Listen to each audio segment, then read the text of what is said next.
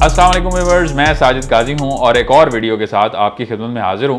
Gold के हवाले से बहुत सारे वो लोग जो परेशान थे, जिनको ये मसला था कि उन्होंने बहुत हाई परचेजिंग कर ली थी और रेट जो है वो बहुत नीचे गिर गया है, तो उन लोगों के लिए अच्छी खबर यह है कि पाकिस्तान में गोल्ड की फी तोला कीमत 3,55,000 को टच कर चुकी है। और अगर इस टाइम वो रिकवरी करना चाहते हैं, यानी ऐसे लोग जिन्होंने पैसा सिर्फ और सिर्फ 10-15 दिन के लिए या 20 दिन के लिए डंप किया था गोल्ड में और उनके पास एक्स्ट्रा पैसे मौजूद नहीं हैं, या तो किसी से लेके वो रखे थे या किसी और मकसद के लिए पैसा था वो यहाँ पे यूटिलाइज कर लिया, तो उनके लिए ये अपॉर्चुनिटी है कि अब उनका नुकसान जो है वो कम से कम तर हो चुका है। इस टाइम अगर रिकवरी करना चाहें तो ये बेस्ट टाइम है। और अगर होल्ड करते हैं तो वो तमाम लोग जिन लोगों ने इन्वेस्टमेंट के पॉइंट ऑफ व्यू से गोल्ड में इन्वेस्ट किया है, चाहे उन्होंने हाई परचेजिंग की हुई है उनके लिए भी और चाहे उन्होंने सस्ती परचेजिंग की हुई है, सब के लिए अगर वो अगले 1.5-2 साल या 3 साल इसको होल्ड करते हैं तो बहुत ज़बरदस्त रिटर्न जो है वो इसका मिलने वाला है गोल्ड के ऊपर। और वो कैसे मिलने वाला है, वो वॉरेन बफे की लेटेस्ट वार्निंग है डॉलर के वाले से, और गवर्नमेंट को जो उन्होंने एक तनकीदी बयान के ज़रिए एक तनकीद का निशाना भी बनाया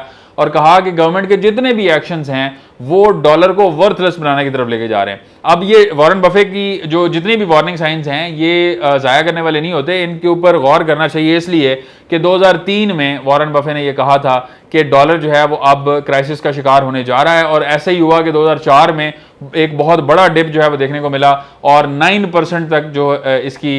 वैल्यू जो है वो गिर गई डॉलर की, और उसकी वजह से बहुत सारे लोगों को नुकसान हुआ, बहुत सारे लोगों ने इससे फ़ायदा भी उठाया। इसी तरह से वॉलेटाइल मार्केट्स में बहुत सारे लोग नुकसान करते हैं, बहुत सारे लोग फ़ायदा उठाते हैं। तो अभी जो पॉलिसीज़ हैं गवर्नमेंट की, जो यूएस गवर्नमेंट की, उसमें उसके ऊपर तनकीद इसलिए भी की गई है कि अभी इस टाइम 13% जो है वो इंटरेस्ट रेट चल रहा है जितने लोन्स लिए हैं अमेरिका ने,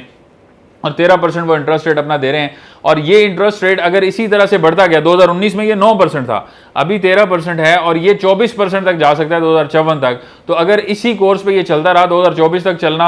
2054 तक सॉरी चलना, ये पॉसिबल नहीं है 30 साल का अरसा, लेकिन एक कैलकुलेशन जो एक फैक्चुअल बेसिस के ऊपर आ रही है, यानी कि जो उनके पेपर वर्क के ऊपर जो कैलकुलेशन आ रही है उसके मुताबिक ये 24% तक इनका जो डेट के ऊपर इंटरेस्ट रेट है वो चला जाएगा। और अगर ये 24% तक चला गया और उसकी वजह से जो डॉलर को हिट पड़ेगी, उसका सबसे ज़्यादा जो इम्पैक्ट आएगा वो सॉलिड कमोडिटीज़ के ऊपर आएगा, वो गोल्ड के ऊपर आएगा, वो सिल्वर के ऊपर आएगा, वो आपकी फिजिकल होल्डिंग्स के ऊपर आएगा, जैसे आपकी प्रॉपर्टीज़ हैं उनके ऊपर आएगा, और ओवरऑल वर्ल्ड वाइड ये बहुत बड़ा इंपैक्ट जो है वो देखने को मिल सकता है। ये मैं 30 साल की बात नहीं कर रहा, ये मैं अगले 1.5-2 साल 3 साल की बात कर रहा हूँ। 30 साल में जो चेंजेस आने हैं वो तो तब तो ज़ाहिर है बहुत कुछ चेंज हो चुका होगा, और तब तक क्या किसने देखा तो अल्लाह की ज़ात बेहतर जानती है। बहुत ज़्यादा आगे हम प्रेडिक्ट नहीं कर सकते, अभी भी कोई प्रेडिक्शन नहीं है, अभी भी सिर्फ और सिर्फ ये न्यूज़ मैं आपको बता रहा हूं, और आपने अपना डिसीजन जो है वो अपनी मर्जी से लेना है। मेरे कहने पे या किसी के कहने पे किसी तरह की भी इन्वेस्टमेंट करने से हमेशा गुरेज किया करें। रियल एस्टेट के हवाले से बहुत सारी अपडेट्स इस चैनल के ऊपर मैंने अपलोड की और मैंने उसके हवाले से बहुत सारी इन्फॉर्मेशन भी दी,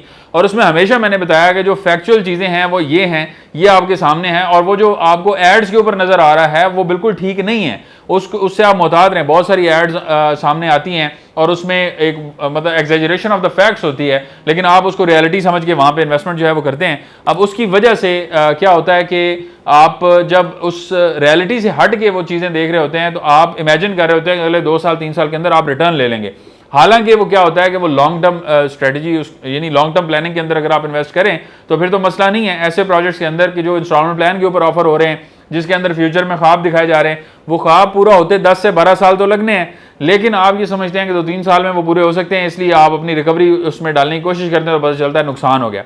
अब उस नुकसान वो जैसे ही आपके जेहन में आता है कि ये इन्वेस्टमेंट मेरी नुकसान दे रही है, तो आप पैनिक में आके उसको वाकई में नुकसान में बेच देते हैं और उसमें मतलब आगे मूव ऑन करते हैं। तो इस तरह से जितनी जगह पे आप अपनी इन्वेस्टमेंट करते जाएंगे या मूव ऑन करते जाएंगे उसमें आपको नुकसान ही होगा।